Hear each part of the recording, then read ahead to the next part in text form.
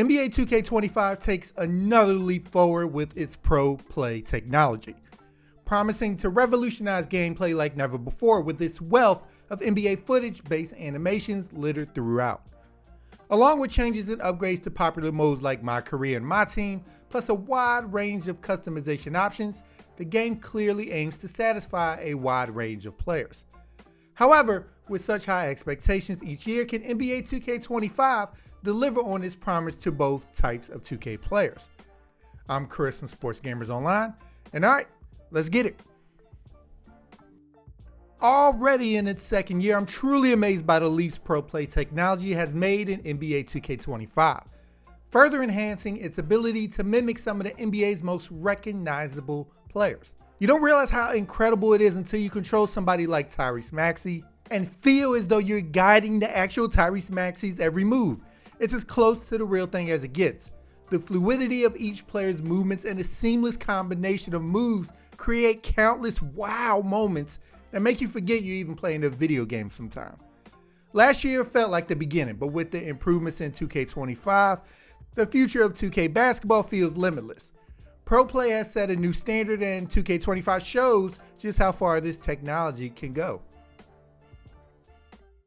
Now with Pro Play, it's natural to talk about the dribbling. But one of the first things I recommend doing in NBA 2K25 is heading into the settings, navigating to controller options, and disabling passive dribble hand switches. Leaving the setting on can give you the illusion that your player is less responsive, moving when you don't intend to, and switching the ball hand unexpectedly, making it feel like you have less control if you're unaware this is enabled. Now, the dribbling mechanics in 2K25 offer a new challenge for the gamer to get to know the ins and outs of it, because it's not the same as 2K24 at all. That much is apparent from the opening tip. One major takeaway I've found so far is the importance of not relying too heavily on the turbo button.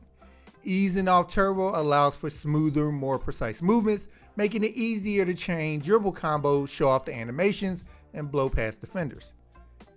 And with Pro Play, the dribbling system is beautiful with its smooth branching into different moves and when you're ready to pull up for a shot. The game feels almost intuitive as it anticipates your next action and able to combine it seamlessly. This blending of animations create crazy fluidity and control, making every dribble combo into a real shot just look natural. Now for shooting, I must start by saying that I'm not a fan of the 3 new shot meters in the game. Why did they remove the Tusk shot meter? Why? Aside from that, a significant change this year is the introduction of shot and layup timing profiles. This feature aims to address complaints about the randomness of the contest system last year, by allowing you to choose how much your timing affects your shots and layups.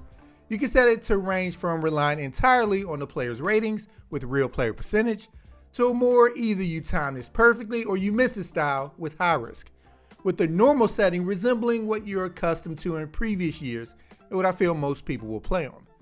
I've learned the hard way that setting this to difficulty based and playing on the Hall of Fame can be controller throwing worthy, so don't make the same mistake I did. One downside is facing players who use less demanding shot profiles, resulting in them making early and late shots all game. However, you're over there struggling to make a wide open shot. However, I did play against a player who was constantly scoring with De'Aaron Fox on contested layups, so I can't complain too much because there is a skill to this. Dude was cooking. Overall, the new system has its pros and cons, but it adds a much needed layer to the game. When I first heard about rhythm shooting, I thought it sounded pointless because I'm team button unless I'm doing step backs. However, I accidentally triggered it during a step back, so here we are. Despite my initial thoughts, I can't say I won't use it. I just need more time to fully determine if I like it for other shots or not. And Mike Wang did say you do get a good shooting boost using rhythm shooting, so there is something to this. Although it is a bit awkward performing that motion with the right stick on wide open jump shots. As a branch of Pro Play animations, having your own special go-to jumper stored up almost like a wrestler's finishing move is a cool feature. Being able to almost sneak it in during a dribble combo and the defender doesn't even know what you're about to do is too good looking. You can do it by simply holding the right stick up and then down to release. You can execute this move with a different animation depending on which hand you have the ball in. It's a nice touch that adds variety and helps gamers who might not otherwise know how to get themselves open, so being able to just do what Luka Doncic does is a nice feature. I briefly touched on it with the shot and layup timing profiles, but the customization options in the game are unmatched. From choosing your shooting settings to adjusting the meter's color, size, and position, everything is conveniently accessible in one menu screen. The sheer amount of customization available ensures that you can style the game to fit your specific playstyle and aesthetic preferences. Now, playing on-ball defense in NBA 2K25 has proven to be relatively easy if you manage to get the ball handler directly in front of you. The sliding by defenders is excellent, and the bumping is impactful to the ball handler, making it challenging for them to shake you off. However, once you're in chase mode, it feels like the defense operates at about 75 speed while the ball handler is about 99. Recovering from this position is extremely difficult so far. I was excited to try out 2K25's new defensive cutoff system, and I found it to be excellent in the half court and during pick and roll situations when you need to work around screens. You do need to be smart and take advantage of your opponent's predictable movement patterns, because if you guess wrong, you're essentially out of the play. So I do like the pros and cons of it. Now, man, I'm going to tell you, on Hall of Fame, the computer is ready and willing to smoke you with ease. Trying to defend the computer on Hall of Fame will have you ready to throw your controller at the wall, because just when you think you have them locked up, they will call for a clean backdoor cut to a dude you didn't even see for an easy 2 points. They utilize every inch of space on offense and play like a Hall of Fame safety on defense. The hedge defender has never been so dangerous on both sides, as they will deflect the ball on you if they're looking at it. It's beautiful. I will say, driving into the paint, you can get the computer into quick foul trouble, as the game does call a bunch of fouls once you drive. It's not nearly early 2K24 levels where the defender touched you, it was a foul, but it's noticeable. Driving into the paint almost guarantees you 2 free throws if you aim to go into the defender's body. Since I play this mode a lot, I was surprised by the quality of life upgrades it received, because Play Now Online usually never gets any love. There's now a team cooldown, so you have to wait a couple games before using certain teams again, which certainly lessens the odds of seeing the Suns or Celtics as often. But there is this annoying thing: if somebody does pick the same team as you and they back out, you can't use that team again for a few games. What the heck? Additionally, you're now able to see which team your opponent selects, so no more duplicate teams and having to quit out, which is great. Although, like I said, one dude still did it on me. Like, really, bro? My NBA in 2K25 remains largely the same, with only a few updates. But that's not a bad thing. It's still the best franchise mode in sports gaming. Last year, we saw the introduction of the LeBron era, and this year, we get the Steph Curry era. You can jump in and take control of the 2017 Golden State Warriors historic run, or try to stop them with teams like the Houston Rockets or the LeBron Cavs. One small gripe is that the sim engine tends to undervalue highly rated teams too often. The Celtics frequently finish with either 55 plus wins or under 45, while the Sixers, despite no major injuries, I've checked this every single time, often ends up with 40 to 45 wins multiple times. Come on, 2K, you really think they're that bad? My GM has now made its way to PS5 and Series XS consoles, allowing you to take on the role of a team's GM. The concept of My GM has great potential, but this iteration, I feel it needs more depth.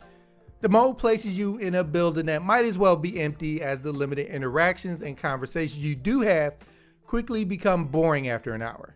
You're basically running around to 4 rooms hoping your player or coach don't end up hating you. But the repetitive office environment and lack of voice dialogue just has you end up getting bored after a few days. The RPG side of the mode can keep you around for a little bit, but like I said, there's not enough meat on the bone for this mode yet. My team has introduced some new features as well. In addition to the highly publicized return of the auction house, your starting packs now include a selection of 2 All-Stars and a legend player to kick off your collection. And seeing after a few games, I should have picked Kareem Abdul-Jabbar. I messed up there.